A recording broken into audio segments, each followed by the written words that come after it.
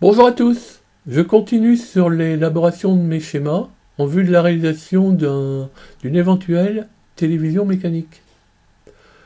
Aujourd'hui, on va se concentrer sur la séparation du signal vidéo et de son signal de synchro, et ensuite piloter en courant les LED de puissance.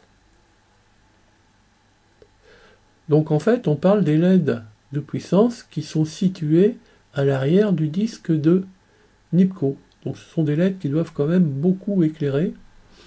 Donc on va avoir des courants quand même assez importants qui vont passer dedans.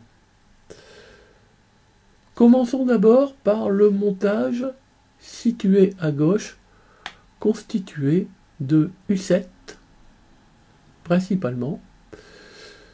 Donc en fait c'est un soustracteur.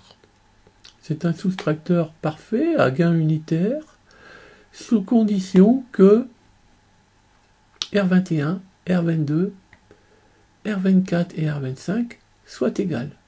Et donc en sortie, ici, j'ai le signal vidéo composite moins le signal black level. Allons se remémorer un petit peu un signal vidéo. Voilà, ici j'ai représenté deux lignes d'une image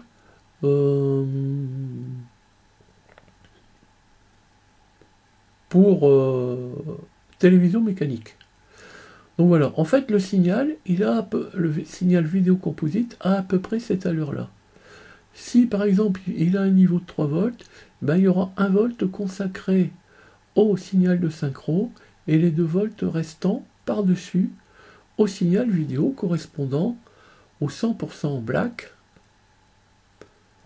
donc noir complet, et 100% white, pleine luminosité. Vous comprenez bien que ce niveau-là, si on l'envoyait sur les LED, ferait que on n'aurait pas un black parfait. Donc il faut l'enlever pour arriver à ce résultat qui est ici.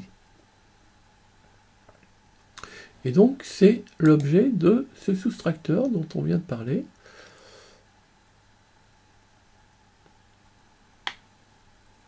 Voilà. Alors bon, il faut donc ici qu'on arrive à faire un signal qui va à un niveau qui va être de l'ordre de 1 volt. C'est tout simple, c'est un diviseur potentiométrique monté entre le plus 5 volts et le ground. Voilà, et puis on va venir ici régler de manière à venir tangenter le haut du signal de synchro, le niveau haut du signal de synchro, que j'ai appelé black level. Alors, moi j'ai pratiquement que des potentiomètres de 10K dans mes tiroirs. Et donc, en fait, ces résistances-là, R21 à R25, doivent être toutes être égales entre elles, mais on ne peut pas les faire trop faibles par rapport à ce pont diviseur potentiométrique, sinon on va venir perturber gravement son rapport de division. Donc il faut quand même mettre des résistances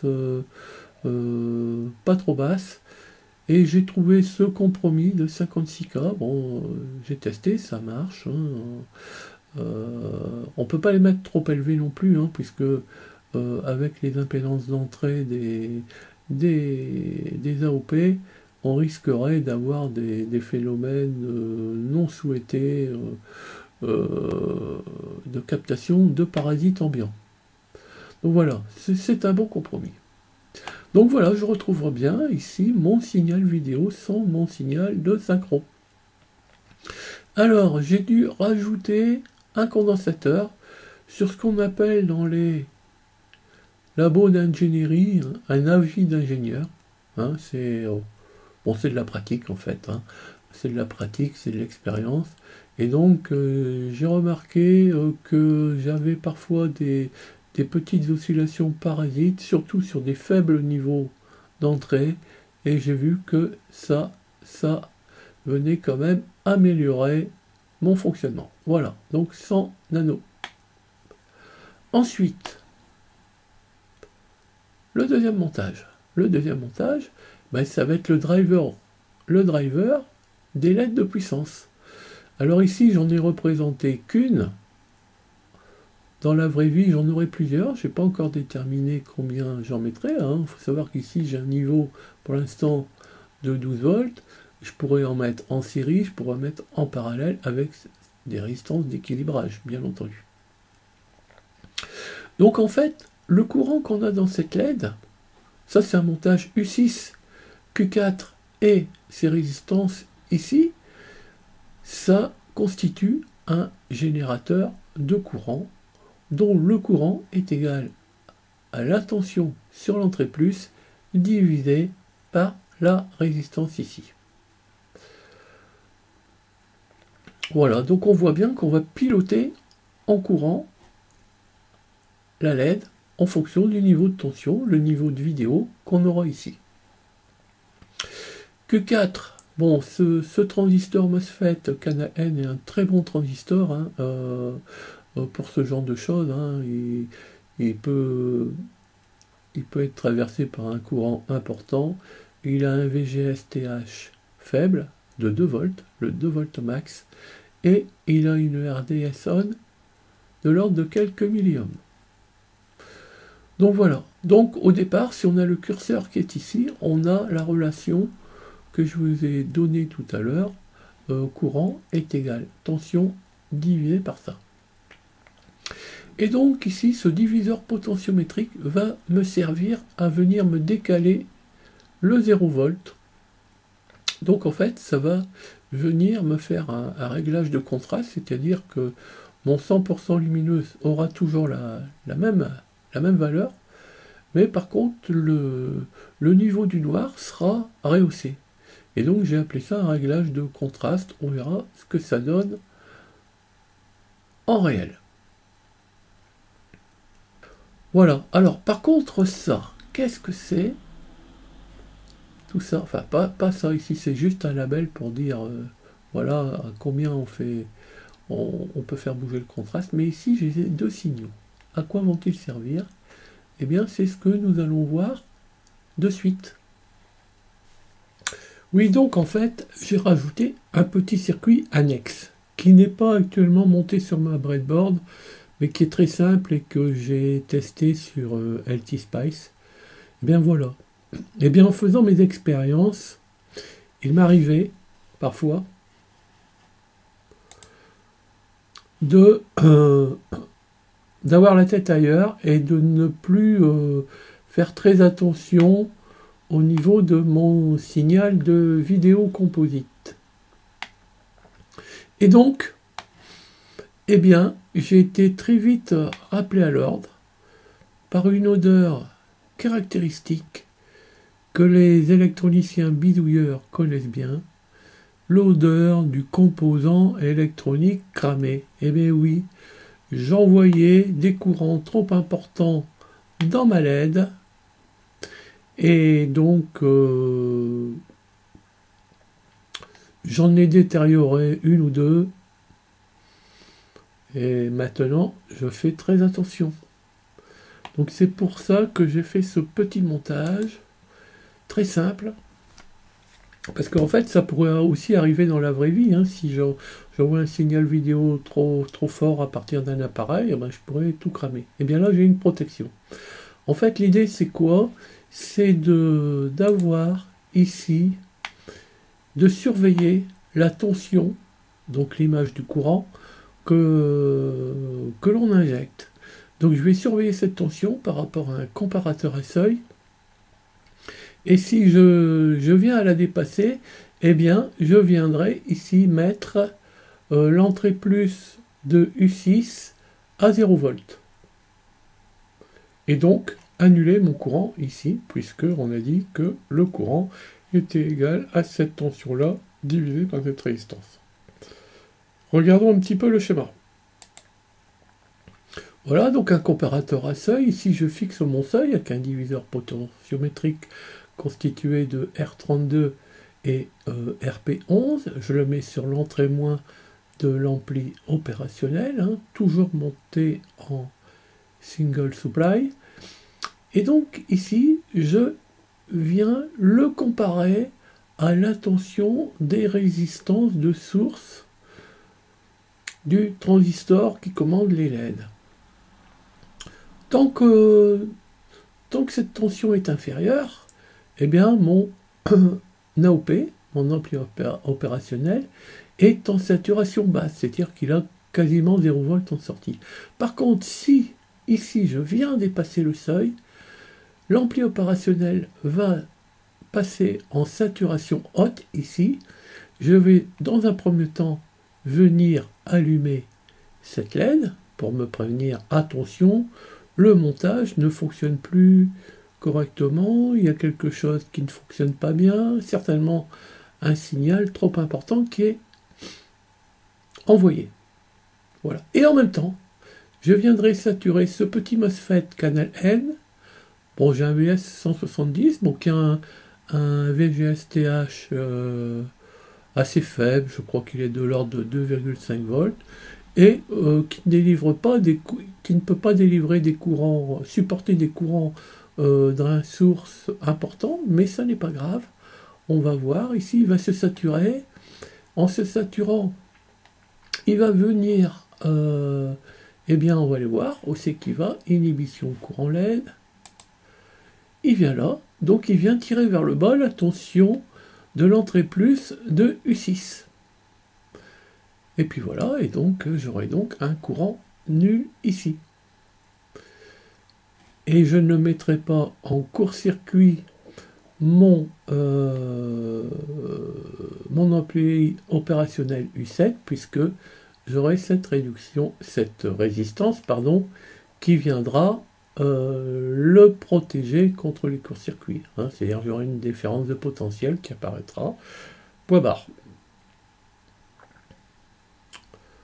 Voilà, tout simplement. Eh bien maintenant, je propose que nous passions sur Breadboard.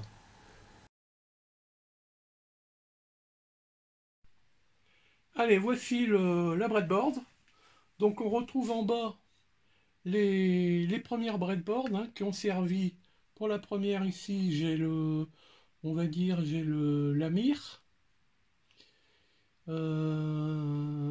J'ai plutôt un Arduino XIAO qui va me fabriquer un signal vidéo que je pourrais appeler une mire. Hein. Donc il va me fabriquer un signal vidéo composite, donc un signal vidéo surmontant des tops de synchro. Et puis il va me faire des signaux noirs et blancs, alternés, des bandes. Voilà. Donc là j'ai un potentiomètre de réglage. J'ai déjà un peu oublié à quoi il servait, il faudra voir la vidéo initiale.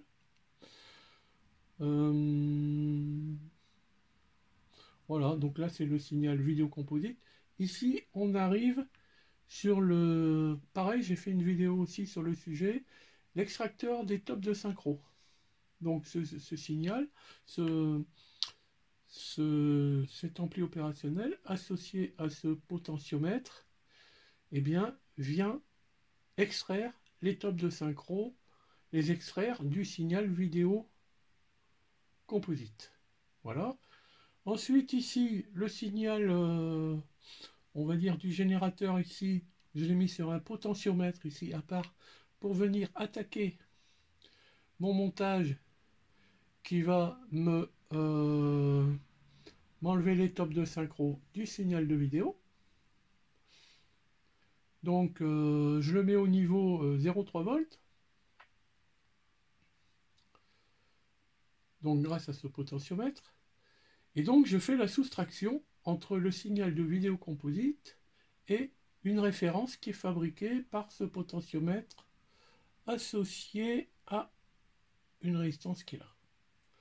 Voilà, donc ça me permet d'avoir, on va le voir sur les oscillogrammes, ça me permet d'avoir, on va dire, que le signal de vidéo de 0 volts à 2 volts correspondant à 0,100% de lumière. Donc, en pleine luminosité, en plein contraste, je vais dire, le, le niveau du noir est à 0 volts, à peu près, hein, bien sûr, et le niveau maximum du blanc est à 2 volts. Ici, nous avons l'ampli opérationnel associé au MOSFET canal N qui est là et ces 4 résistances de source. Eh bien, nous avons le générateur de courant, un courant donc qui dépend du signal vidéo, du niveau du signal vidéo, et qui vient alimenter cette LED. Alors elle donne un certain éclairage, mais là actuellement elle reçoit un signal, avec des blancs et des noirs. Hein. On pourrait, en faisant une grosse approximation, comparer ça à un signal PWM. Voilà, donc c'est pour ça que j'ai quand même un éclairage.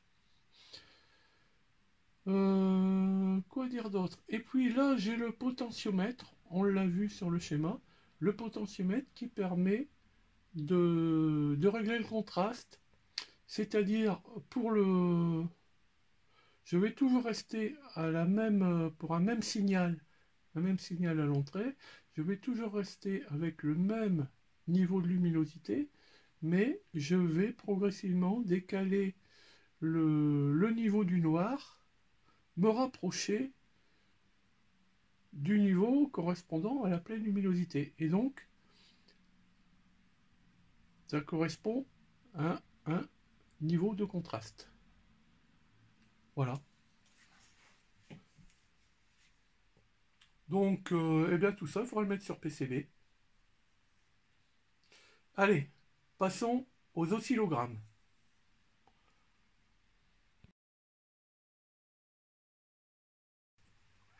Bien. Donc au niveau des oscillogrammes, en bas, j'ai mon signal, on va dire, de vidéo composite. En haut, j'ai le signal vidéo composite également, mais cette fois, je l'ai mis à niveau par un diviseur potentiométrique. Je l'ai mis à niveau 0,3 volts. On va aller voir ce qu'on a sur le dernier étage, c'est-à-dire celui qui va venir attaquer le driver LED. Voilà, on le voit là. On voit déjà qu'ici, j'ai déjà enlevé le signal de synchro. On va le remettre en position normale. Voilà. Donc là, je n'ai pas encore enlevé le signal de synchro. On va venir régler le seuil pour venir faire cette discrimination. Attendez que je mette le potentiomètre. Je suis dans l'obscurité. Voilà. Là, c'est bon. On voit bien que j'ai un 0,100% noir, blanc. Je n'ai plus de top de synchro. C'est l'oscillogramme du haut. Maintenant, on va aller régler le contraste. Alors le contraste, grosso modo, on doit garder le même niveau en lumière, mais par contre, le niveau du noir doit se rehausser de manière à avoir une différence moins importante entre le noir et le blanc. Voilà, ça, moi, je détermine que c'est du contraste. On verra en réel, mais je pense que j'ai réussi à faire un réglage de contraste. Voilà ce que ça donne. Donc, prochaine étape, peut-être, je vais illuminer une photodiode à l'aide de ma LED de puissance. histoire de voir que d'avoir une image réelle de ce que peut donner la LED. Est-ce que j'ai déformé mon signal ou pas? Donc il faut que je passe par la transmission lumineuse pour le voir. Donc voilà un petit essai là-dessus. Je vais peut-être commencer la réalisation de PCB parce que après ça va devenir un peu compliqué de gérer tout ça. Vous avez vu la breadboard, hein, comment elle est déjà bien chargée. Mon idée c'est de faire un PCB en rajoutant quelques petits montages isolés dessus, genre adaptation de niveau, donc des amplis suiveurs avec potentiomètre que je câblerai ou pas, que je souderai ou pas sur le PCB. Ça me permettra de me donner pas mal de liberté dans mes réglages pour la suite. Et puis, ben, je pense que ça ne devrait plus tarder. Je vais recevoir mon moteur 12 volts hein, qui tourne, je crois, à 3000 tours en minute sous 12 volts. Je devrais le ramener à 750 tours minute et je devrais asservir cette vitesse au top de synchro. Voilà, donc là ça va être un challenge intéressant. Je pense que du PWM, ce ne sera pas bon. Il faudra vraiment faire une régulation analogique. Je le pense, hein, on verra. Une régulation analogique parce que en fait, les PWM, je pense que ça ne sera pas assez fin en termes de réglage. Bon, ça c'est mon idée. On va voir ce qu'il en est.